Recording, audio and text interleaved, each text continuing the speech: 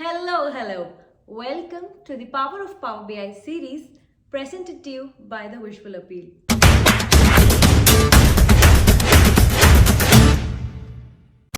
If you are someone who is looking to analyze some really large data sets and create beautiful dashboards and reports out of it, I assure you, you're in the right place. The best part about Microsoft Power BI is that you don't have to be an expert at any of the coding languages, Python, R, or anything of that sort. All you have to do is drag and drop the right elements at the right place. Sounds simple, right? So why don't we go ahead and see what we have in store for us throughout this series? In this series, we are going to look at 5 different topics. First, we'll talk about data manipulation using the Power Query Editor, where we will discuss about cleaning up the data, massaging of data, and making the data ready for any kind of analysis. Next, we will move on and talk about various DAX measures. These are nothing but performing basic mathematical computations in the dataset. Next, we will talk about graphical representation of the dataset using bar graphs, pie charts, scatter plot, and we will also discuss some really cool functionalities like the play button in the scatter plot.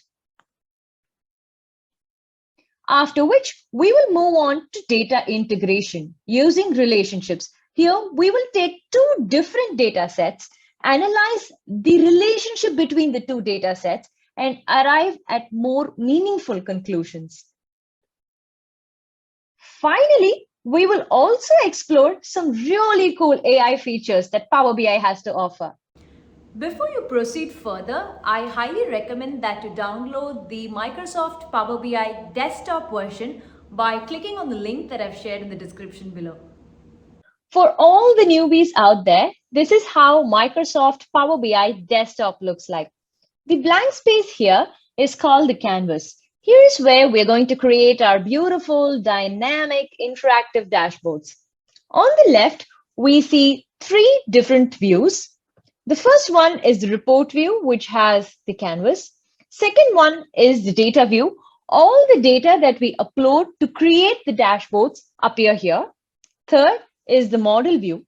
When we have more than one data set and we create relationships between the data sets to analyze them better, it appears here.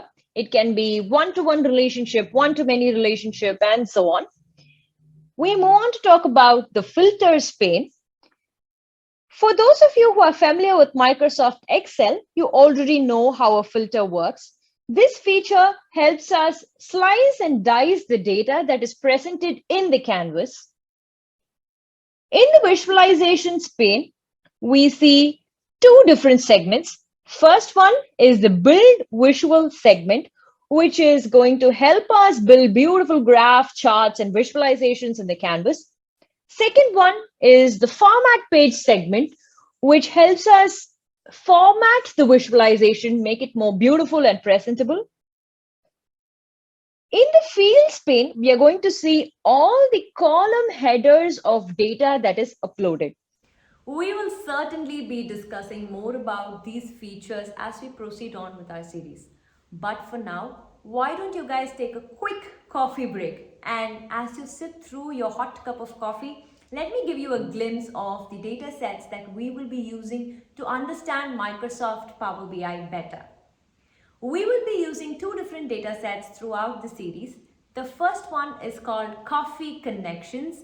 This contains results from a customer survey. Around 850 Starbucks customers were interviewed, and we have details regarding their favorite drink, the average time that they spend during each of their visit, the distance of the nearest Starbucks. We also have a bunch of curated questions for which the respondents have rated 1 to 5, 1 being the lowest, 5 being the highest. The second data set is called Count Your Calories, and it's my favorite data set. Every time I order a pink drink from Starbucks after my gym session, I always wonder, is it even worth gymming? Right. So this particular data set contains all the beverages in Starbucks menu, and we also have the corresponding total calories in the drink, protein content in the drink, carbohydrates content in the drink, and all that good stuff. Now that we know how a Power BI desktop version looks like, and we also know the data set that we are going to be analyzing, I think it's time to move on to episode 1 regarding the Power Query Editor. Happy learning and see you in the next video.